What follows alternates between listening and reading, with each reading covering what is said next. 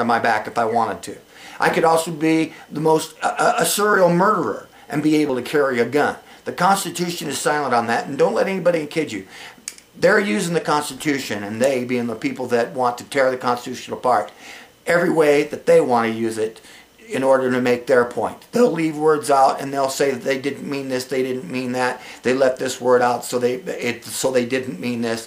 What they do is they parsed the Constitution. But when you read that amendment, it says it shall not be infringed. So the whole point is, the Second Amendment is used for one thing and one thing only, and that's to prevent a tyrannical government from gaining control of this nation. And let make no doubt about it right now, folks, we have been taken over. In 2008, a person was elected that is not eligible to be President of the United States by the very words expressed in the Constitution. I keep on harping this to people, but listen, you have to know that they use the word citizen and they use the word natural born citizen. So that implies directly that there is a difference between the two. So any logically thinking person would say, hey, they meant something different by it. Just the way they mean shall not be infringed. That means you have the absolute unfettered right to own and bear an arm and carry it down the street and protect yourself, because nobody else is going to do it. And like, it isn't the burglar that I'm afraid of. It's people that, like the oligarchy, those parties that are out there lining their pocketbooks with our tax dollars, sending our children off to war, doing all the things that we would not want them to do, that we have no right to say. But the good thing, here's the good news, and the very good news for us is, from what I understand, there are over 300 million guns in the United States. I personally own 7 guns.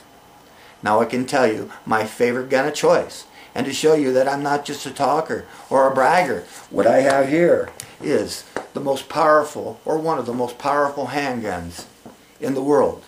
One shot from it can blow your head clean off. Well, do you feel lucky? Do you? This is my right to bear and own this arm. Nobody can tell me that I cannot own this gun. Nobody can tell me I cannot carry it. It's my constitutional right to do so. I have every right to defend myself from anybody that plans to do harm to me, to my family. That includes anybody busting in my door, or anybody that's telling me that I must do this or I must do that from the government. We are a representative government. We are not a tyrannical dictatorship. And right now, folks, that's exactly what we are. We are living under a tyrannical dictatorship, something that we've got to do something about. We've got a Secretary of State trying to give the United Nations, mind you, the United Nations, permission to do something with our small arms, and I really haven't got into the gist of it. I'll talk about it more once I do, but when I heard that was enough just to drive me crazy. Anytime any one of our public officials mentions anything about controlling any of our rights to own an arm or any type of weapon, telling that we're going to allow some foreign government to have control over that. No, that doesn't happen. Not in my country it doesn't happen. And I'm going to see to it that it doesn't happen one way or the other. That's my absolute birthright, to be able to own and bear an arm. And like I said, I've got 7 of them. I've got my favorite one that I just showed you. And I'll never give it up. And I'll be dead and cold and in the grave 6 feet before anybody gets that gun away from me. And I suggest that all of you that are out there feel the same way. You do the same thing. You let people know there is no ambiguity in the Constitution.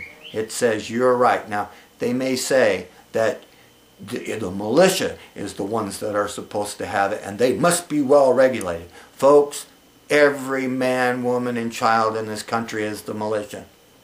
It doesn't say the militia being made up of men ages 18 to 32, such and such height, such and such weight, yada, yada, yada. It says the people are the militia. We are the militia. We are the ones that own and bear arms. We are the ones that protect our Constitution.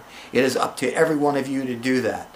And that Second Amendment is the one that preserves the First Amendment. Make no bones about it. that is the truth. That is the way of the world. This is the United States of America. We are not going to allow anybody tell us what to do with our arms, especially the United Nations. Because as far as I'm concerned, the United Nations, we could take a caterpillar and scrape it right off into the nearest river, right into, I believe it's the Hudson River down there, and just scrape it right off into that river, diplomats and all, and send them packing back to wherever they came from. Or if there are some of you out there that absolutely see the absolute need to have a United Nations present here in this nation, make every nation pay to belong to that and maintain that building, and make sure that no diplomat gets away with murder when they're over here, when they're supposed to be on our in our nation. They live by our rules, they live by our Constitution, they follow our laws, they don't park wherever they want to, they don't hit anybody, they don't have immunity, they don't have anything. As a matter of fact, there's other things with the United Nations. If they want to be on the Security Council, let them pay for it. Let the highest bidder get on the Security Council. If they want veto power, make them pay for it. Also, make it a time limit.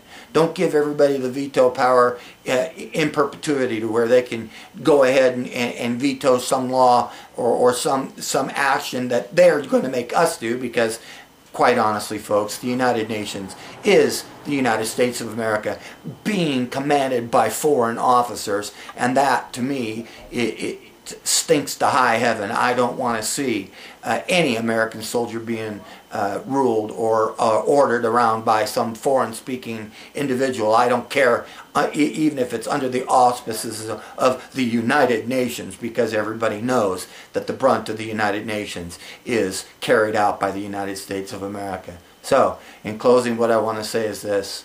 The Second Amendment to the Constitution is an integral part of this country and something that we cannot live without. If they take that away from us, folks, we've lost the United States completely. Do not allow that to happen.